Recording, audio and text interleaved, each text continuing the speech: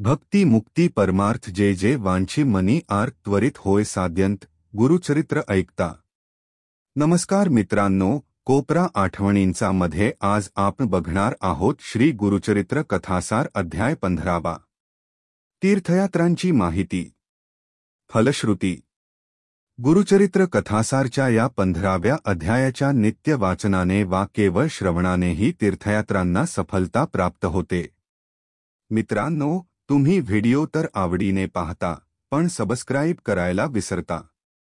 एक छोटीशी विनंती आहे, जर तुम्हाला व्हिडिओ पाहायला आवडत असतील तर कृपया चॅनेलला अवश्य सबस्क्राइब करा। चला तर अध्यायाला सुरुवात करूया। श्री गुरुचरित्र कथासार अध्याय 15। अरे नामधारका, श्री गुरूंचा महिमा प्रकट झाल्यावर सारेच लोक श्री गुरुजवळ येऊ लागले। आलेले सर्व लोक शिष्य व्हाव्याची इच्छा प्रकट करीत।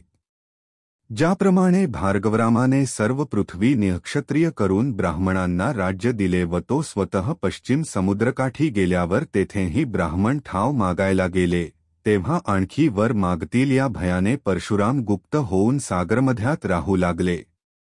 त्याचप्रमाणे नाना जातीचे लोक येऊन उठसूट वर मागाव्याला लागल्यामुळे श्री गुरूंनी गुप्तपणे राहण्याचा निर्णय घेतला व सर्व शिष्यांना जवळ बोलावून तीर्थयात्रा करायला जाण्याची आज्ञा केली।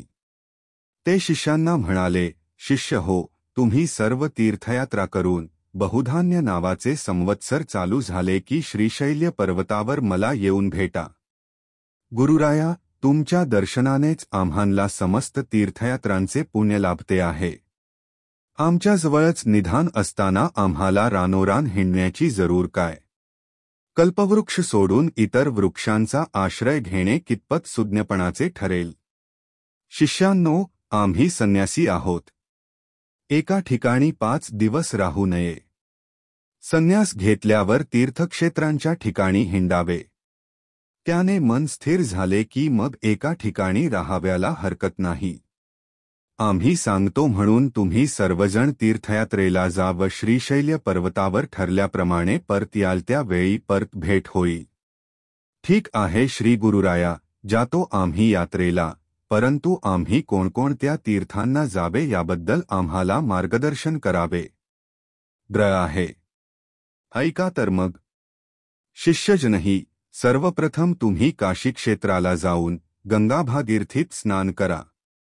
त्यानंतर भागीरथीची 60 योजनांची पवित्र यात्रा करून प्रयागला भेट द्या। नंतर यमुना नदीकाठच्या 25 गावांना जाऊन नंतर सरस्वती नदीच्या काठच्या 24 गावी जा। त्यानंतर वरुणा, शतद्रू, विपाक्षा, वितस्ता, शरावती, मरुद्वरुधा, असिकनी, मधुमती, पयस्विनी, धृतवती या नद्यांची तटाकयात्रा तुम्ही करा।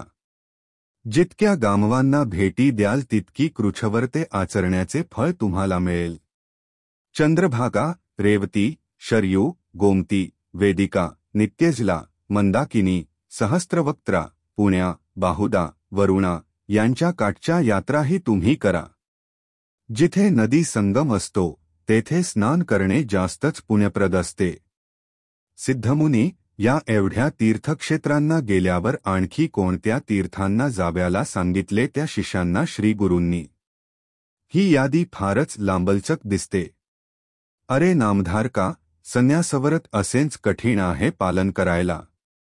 निरनिराळ्या तीर्थयात्रांच्या मिशाने सर्व भारतवर्षभर संन्यासव्रत घेतलेल्या इकडून साहजिकच प्रवास होत असे व विविध मनोवृत्तींचा परिचय होऊन मनाचे स्थिरीकरण होण्याला मदत होत असे।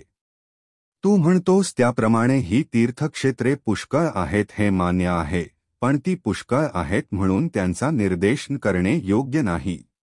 अशा रीतीने श्री गुरुचरित्र कथासार तीर्थयात्रांची माहिती नावाचा 15वा अध्याय समाप्त। श्री गुरुदत्तात्रेयार्पणमस्तु। फलश्रुती। या अध्यायाच्या नित्य वाचनाने वा केवळ श्रवणानेही तीर्थयात्रांना सफलता प्राप्त होते।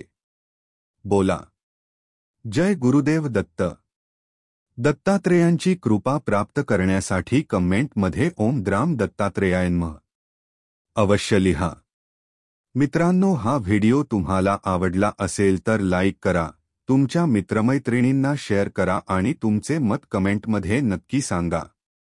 अशाच आणखी माहितीपूर्ण आणि प्रेरणादायी व्हिडिओंसाठी आमच्या चॅनेलला सबस्क्राईब करा आणि बेल आयकॉन दाबा, जेणेकरून नवीन व्हिडिओ अपलोड होताच तुम्हाला ताबडतोब कळेल.